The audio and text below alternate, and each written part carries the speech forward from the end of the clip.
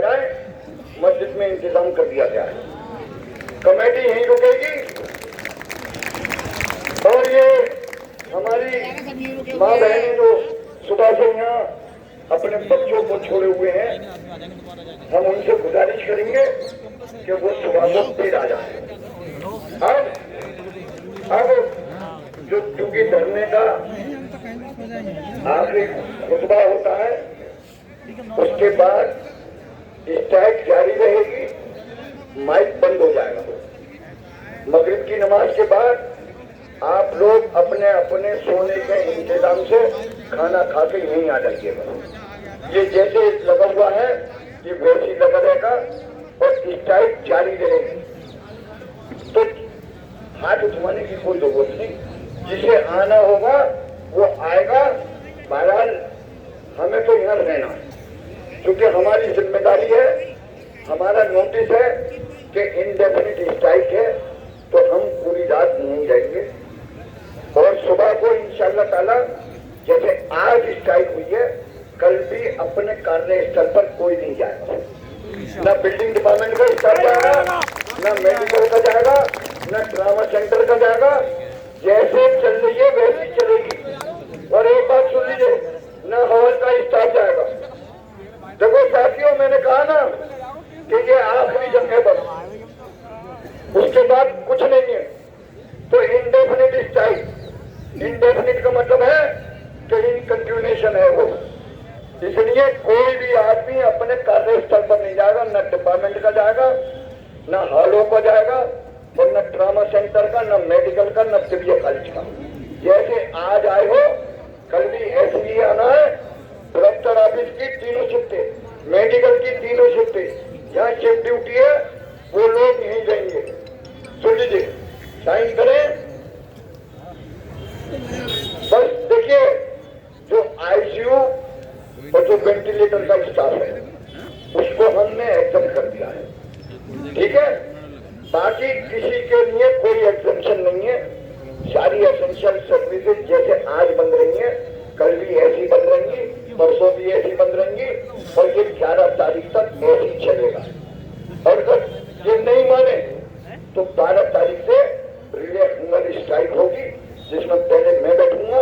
उसके बाद जब तक अल्लाह ने इसमें जान दी है, जब तक यहाँ रहूंगा, उसके बाद अगर दिखती है तो दफन कर जाना, लेकिन घबराना मत ही बिल्कुल। देखिए, कमेटी के 2 लोग, हामिश्वर की वालिदा का इंतकाल हुआ, उनके यहाँ एक हादसा है। दूसरा शादिया पुरुष का पैर टूट गया, उसका ऑपरेशन हुआ। लेकिन सातों कमेटी के लोग, 9 लोग, मतलब 2 लोग वो भी हैं, लेकिन क्योंकि हादसा की वजह से वो आज नहीं आए। इंशाअल्लाह ताला हामिश्वर साहब कल आएंगे। शादिया का चूंकि ऑपरेशन हुआ है, लेकिन मैंने उससे अभी जब बात करी थी, मैंने यही कहा कि दिल तो तुम्हारा धरने पर था, जिस्म जरूर तुम्हारा बिस्तर पे था। तो साथियों देखो, ये आखिरी लड़ाई है। ये मत सोचना कि 1 दिन, 2 दिन, 3 दिन, 4 दिन, और 4 दिन के बाद हंगर स्ट्राइक टिल डेथ। देखो, मैंने एक बात कह दी कि इंशाअल्लाह ताला हंगर स्ट्राइक पे बैठूंगा अगर इन्होंने नहीं माना। और शर्त मेरी देखो, शर्त ये है कि या तो ये मान जाए, और नहीं मानेंगे तो बता रहा हूं, मनने के बाद भी इनका जी का जंजाल बन जाऊंगा। बता रहा हूं। और एक आरोप लगा के जाऊंगा कि मुझे, मेरी मौत का जिम्मेदार अलीगढ़ मुस्लिम विश्वविद्यालय के प्रशासन के 3 लोग हैं। इनके खिलाफ 3 नेम्ड FIR होनी चाहिए। मेरी मौत के जिम्मेदार ये 3। साथियों देखो, मैंने एक बात कह दी कि मुझे बाखुदा कह रहा हूं, औलाद दी अल्लाह ने, पालने वाला वो, सारे काम वो करेगा। मैं तो सिर्फ एक अदना सा आदमी हूं, अल्लाह ने ताकत दी है। हो सकता है कि मेरी जान से आपका काम बन जाए, लेकिन अल्लाह ने चाहा आखिरी दम तक लड़ूंगा, बिल्कुल सोच लिया है मैंने। क्योंकि मुझे दिख रहा 20,000 लोगों को, 20,000 लोग हैं ये 4,000 नहीं है। 4,000 को 5 से मल्टीप्लाई कर दो, 4 पंजे 20,000 लोग हैं। और अगर माँ और बाप जोड़ दोगे तो 24,000 लोग हैं। इन 24,000 लोगों का मामला है। कोई मैं जज्बात में या उससे नहीं कह रहा, मैं बाप खुदा कह रहा हूँ, अल्लाह को हाजिर नाजिर जान के कि जान दे दूंगा, लेकिन जाऊंगा नहीं जब तक तुम्हारे मामला हल नहीं हो जाए। बता लो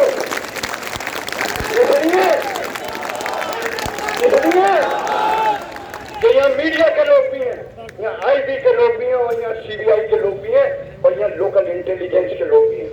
अभी मेरी एएसपी जो उस दिन आए थे जैन साहब, उनका टेलीफोन आया था।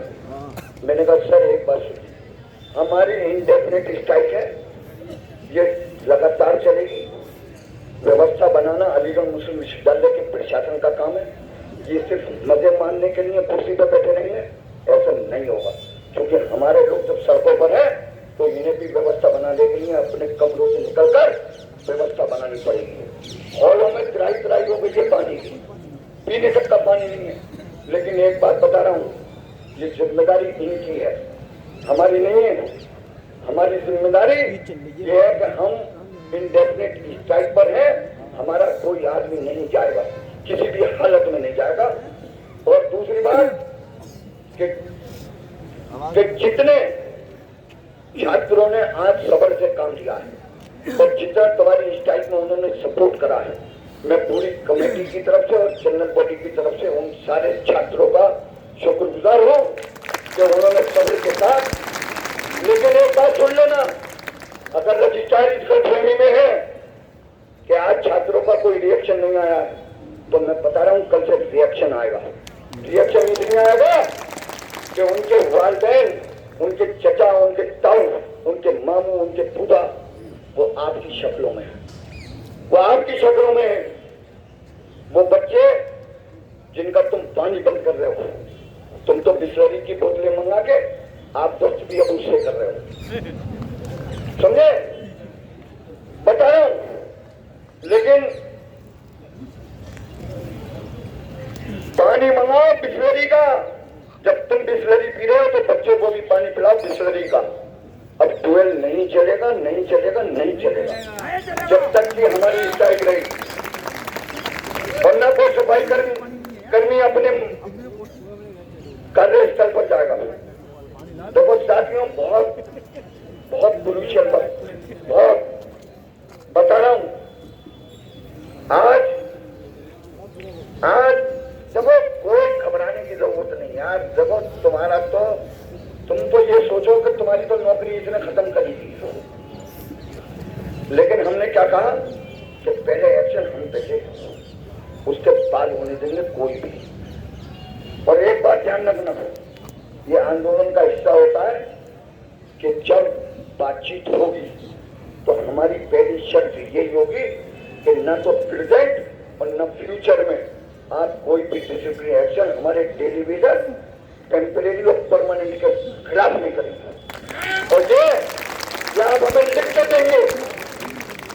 बातचीत अब उसी सूरत में होगी कि आप न तो प्रेजेंट और न फ्यूचर में हमारे किसी भी कर्मचारी के खिलाफ अनुशासनात्मक कार्रवाई नहीं करेंगे। उसके बाद होगी बात शुरू, उसके बाद हाई पावर कमेटी, हमें कोई बातचीत नहीं करनी। हमने कह दिया कि हाई पावर कमेटी एडवोकेटिव काउंसिल जो एडजॉर्न हुई है 23 तारीख की, आप उसे बुलाइए, उसमें अप्रूव करिए, हमारे कर्मचारियों को रेगुलराइज करिए, उसके बाद सरकार की जिम्मेदारी हमारी है। और आप ये कहते हो कि हम अप्रूव कर देंगे और उसके बाद अगर सरकार इजाजत देगी तो हम करेंगे। तो हम एक बात कह रहे हैं कि इससे पहले जेएलए मर्जर हुआ था, रईस बेग साहब और लोग बैठे हुए हैं, पहले मर्जर हुआ, उसके बाद सरकार ने मना करा, लेकिन जब जद्दोजहद करी, ये कोर्ट गए और सब बात हुई, तो फिर एक कंडीशन ये लगी कि अपना कोर्ट का केस वापस ले लो, और सरकार ने सारे जेएलए मर्जर का करा और बेग डेट से करा।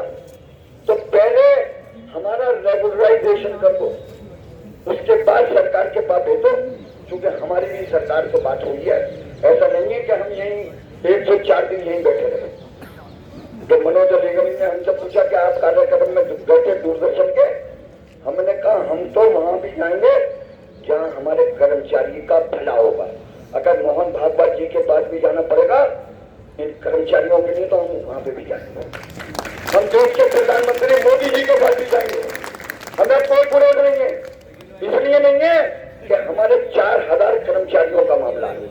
अगर ये गूंगे बहरे हैं तो ऐसा नहीं है कि केंद्र सरकार गूंगी बहरी है, और न केंद्र सरकार ने आज तक एक लेटर अगर ये दिखा दें जिसमें उसने ये कहा कि आप नहीं करो, ये इनकी हथधर्मी है, ये इनका नाहल बना है। और एक बात सुन लेना, ये जानते भी नहीं वो मानते भी नहीं, लेकिन साथियों बाप बता कह रहा हूं कि अब नहीं तो कभी नहीं। थोड़ी हिम्मत रखो, युवा भारत है, युवा। हम जैसे बूढ़े तो बहुत कम रह गए, लेकिन हम बता रहे हैं कि हमें कोई टेंशन नहीं है, ना हमें टिल डेथ की टेंशन है। हम बिल्कुल मानसिक रूप से बिल्कुल तैयार हैं। हमारा सलमान खलील अफसोस मशहूर ऐसा नहीं है कि मैं अगर उठूंगा तो फिर दूसरा है, फिर तीसरा है, फिर चौथा है। घबराहट होती, लेकिन बात यह है कि तुम्हारे लिए ये लोग अभी तो इनके मेरे